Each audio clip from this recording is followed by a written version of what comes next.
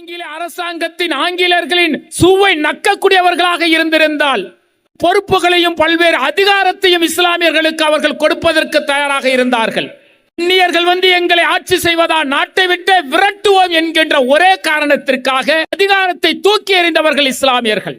எங்கள் தேசம், இது எங்கள் மண், நாங்கள் இங்கே பிறந்தவர்கள், இது எங்களுடைய நாடு, வாழ்ந்தாலும் இங்குதான் வாழ்வோம், மரணித்தாலும் இங்குதான் வாழ்வோம், இது எங்கள் தேசம் என்கின்ற உயரிய எண்ணத்தோடு இந்த மண்ணில் வாழ்ந்து கொண்டிருப்பவர்கள் இஸ்லாமியர்கள்.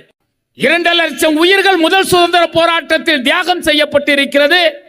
கோடி செல்வம் இந்த நாட்டின் சுதந்திரத்திற்காக கொடுக்கப்பட்டிருக்கிறது. அதிகாரங்களும் பதவிகளும் கல்வியும் வேண்டாம் என இஸ்லாமியர்களால் உதறி தள்ளப்பட்டிருக்கிறது.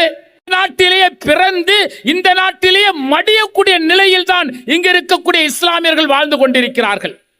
ஆனால் இவர்கள் சொல்கிறார்கள் மதர்சாக்களில் தீவிரவாதம் பரப்பப்படுகிறது, தீவிரவாதம் பாடமாக நடத்தப்படுகிறது என்று சொல்லி இன்றைக்கு 1000க்கும் மேற்பட்ட மதர்சாக்களை இழுத்து மூடி இருக்கிறார்கள். எந்த அடிப்படையில் நீங்கள் கைது செய்தீர்கள்? இவனை எப்படி லவ் ஜிகாத் என்கின்ற பெயரில், மதமாற்றம் என்ற பெயரில் 5 வருட வாழ்க்கை சீரழிந்திருக்கிறது.